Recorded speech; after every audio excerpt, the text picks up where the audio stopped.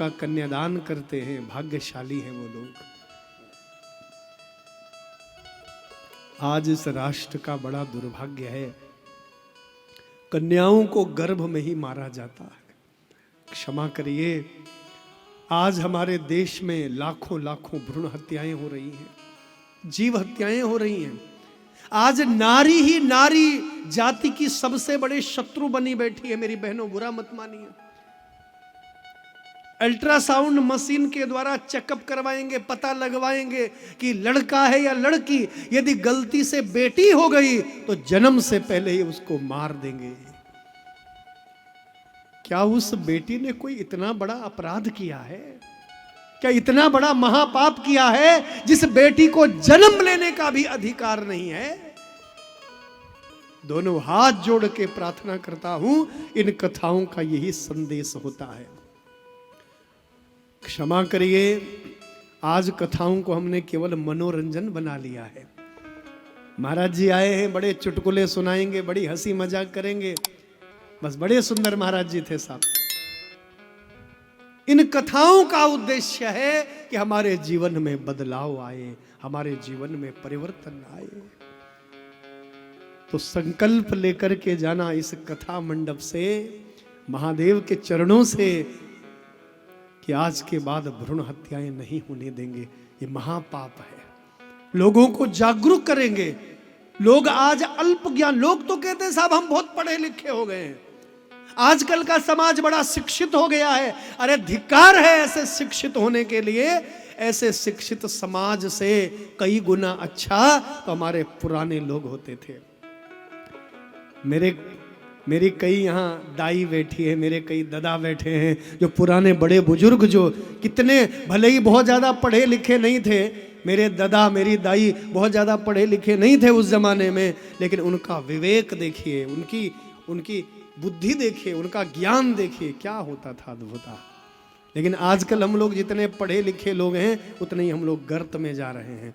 इसलिए इन कथाओं को जीवन में अवश्य उतारना। ऐसा नहीं एक कान से सुना और दूसरे से निकाल दिया। बंधुओं, इस कथा को आयोजन करने का जो सौभाग्य मिला है हमारे बहुत सम्मानित श्री टंकराम वर्मा साहब, और ये निमित्त हैं। आपके लिए यह कथा हो रही है, समाज सुधारने के लिए कथा हो रही है।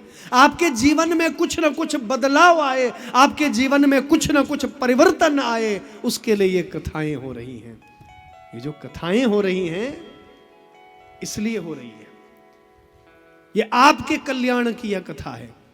यदि अपने पितरों का कल्याण करवाना होता तो भैया अपने पैतृक गांव में, चापा में हमारे टंकराम साहब वहां कथा करवाते, अपने परिवार के बीच कथा करवाते। लेकिन यहां कथा करवा रहे हैं 50 किलोमीटर दूर आपके सोहेला में ये कथा करवा रहे। किसके लिए? आप सबके लिए, आप सबके कल्याण के लिए। हिमालय से ये कथा रूपी गंगा जो आज तुम्हारे छत्तीसगढ़ तक बहते बहते आई है, इस गंगा में डुबकी लगा लो, इन कथाओं को जीवन में उतार लो। जीवन में बदलाव अवश्य लाना, जीवन में परिवर्तन अवश्य लाना। कथाओं से क्या मिलता है? कथा सुनने से मन में शांति आती है, मन शांत होता है। कथा में बैठोगे 2 घंटा 3 घंटा मन बिल्कुल शांत। यदि आपका मन विचलित है तो 2 घंटा 3 घंटा आप कथा में बैठिए, मन बिल्कुल शांत हो जाएगा। मन को ये कथा शांति देने वाली है, और समाज में ये कथा क्रांति लाने वाली है, समाज में ये कथा बदलाव लाने वाली है, समाज में ये कथा परिवर्तन लाने वाली है।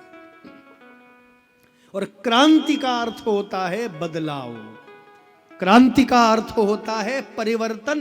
हमारे जीवन में कुछ न कुछ बदलाव आए, हमारे जीवन में कुछ न कुछ परिवर्तन आए, उसके लिए कथाएं हैं। एक अच्छा परिवर्तन आए।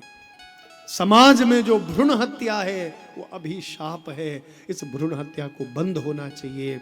लोगों को जागरूक करिए, संकल्प लेकर के जाना, यही कथा का असली ज्ञान है। अब नवरात्रे आने वाले हैं ना, चैत्र नवरात्र, हमारा नव संवत्सर आने वाला है। तो नवरात्रों में हम लोग माँ भगवती का पूजन करते हैं, दुर्गाओं का पूजन करते हैं। ये दुर्गा उत्सव मैदान है, नहीं दुर्गा उत्सव मैदान है।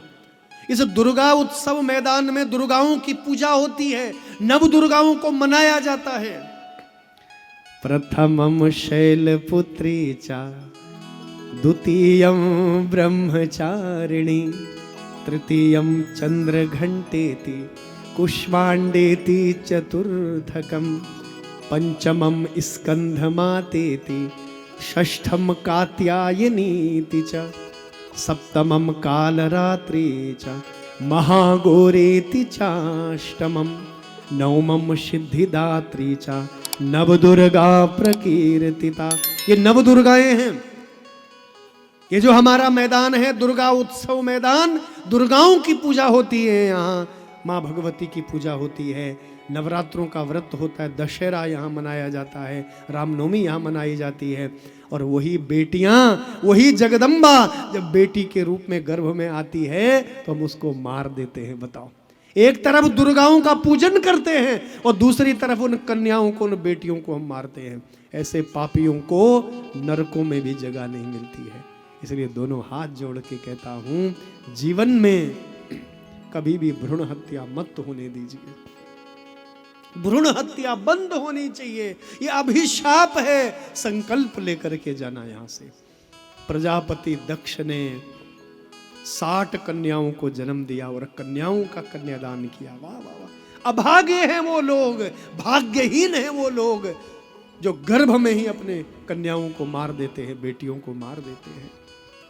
तो मेरी प्रार्थना रहेगी, छत्तीसगढ़ की इस भूमि में आप अवश्य अपने जीवन में बदलाव लाएं, समाज में बदलाव आए, समाज में परिवर्तन आए। तो सबसे छोटी बेटी है सती। आहा, जग जननी सती मैया। वाह वाह वाह। सती